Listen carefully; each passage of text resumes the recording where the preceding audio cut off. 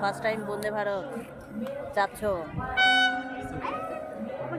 তো ঠিক আছে, ফার্স্ট টাইম চাপছো।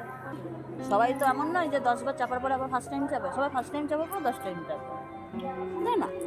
অনেক দিন ধরে ইচ্ছা ছিল বন্দে ভারতে চাপার, কিন্তু সুযোগ হয়ে উঠছিল না বলে আমরা ফাইনাল করেইছিলাম যখন আমরা অযোধ্যা থেকে বেনারস যাব তখন আমরা বন্দে ভারত করেই যাব। আর আমার মায়ের এক্সাইটমেন্টটা দেখতেই পাচ্ছ, আমার মায়ের কিন্তু এক্সাইটমেন্টে বেশি, বিকজ আমার মা প্রথমেই বলেছিল বন্দে ভারতে চাপবো।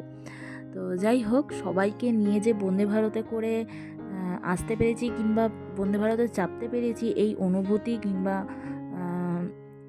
এর ফিলিংসটা যারা আমাদের মতন মিডিল ক্লাস তারাই বুঝতে পারবে। অনেকে হয়তো ভাববে যে এটা এমন কি বড় ব্যাপার, কিন্তু হ্যাঁ, আমাদের কাছে বড় ব্যাপার, কারণটা ব্যাখ্যা দিয়ে আমি কখনোই কাউকে বোঝাতে পারবো না। সেটা আমার ফিলিংস, আমাদের ফিলিংস।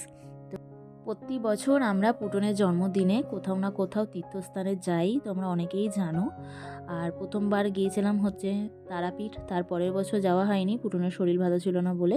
তার পরের বছর গিয়েছিলাম হচ্ছে পুরী, আর এই বছর হচ্ছে অযোধ্যা রাম মন্দির আর বেনারস। তারপরে 5 বছরে কি করতে চলেছি কিংবা কী প্ল্যান আছে সেটা তো অবশ্যই ভগবান চাইলে তোমাদের সাথে শেয়ার করব, আর হবেও। তো এখন তো দেখতে পাচ্ছ আমরা সবাই নিজের সিটে বসে পড়েছি। আর রাহুল এখানে দেখিয়ে দিচ্ছিল যে প্রত্যেকটা সিটে কিভাবে লাইট জ্বালাতে হয়, অফ করতে হয়।